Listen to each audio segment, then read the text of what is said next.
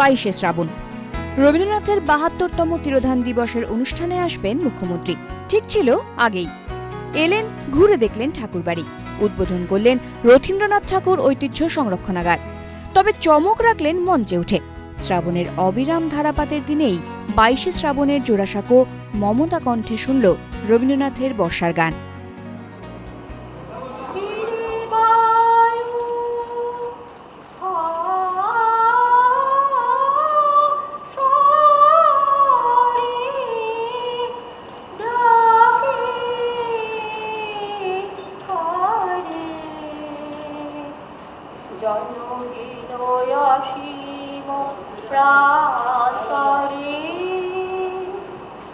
রজনী আধার হায় পথবাসী হায় গতি হায় গৃহ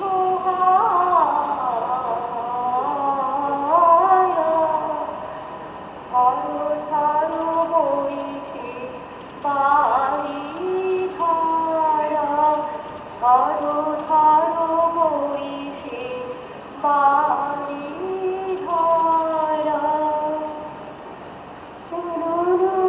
যমুনা তরঙ্গ আকুলায় আকুলায় তিমির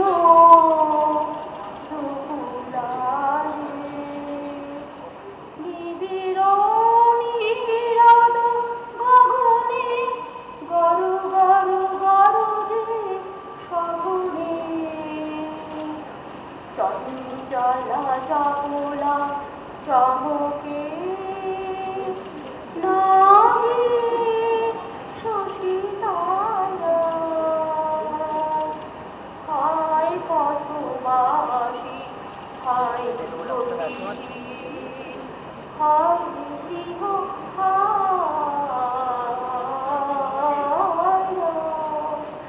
ঝড়ো ঝড়ো বইছে বাড়ি ধারা ঝড়ো ঝড়ো বইছে বাড়ি ধারা।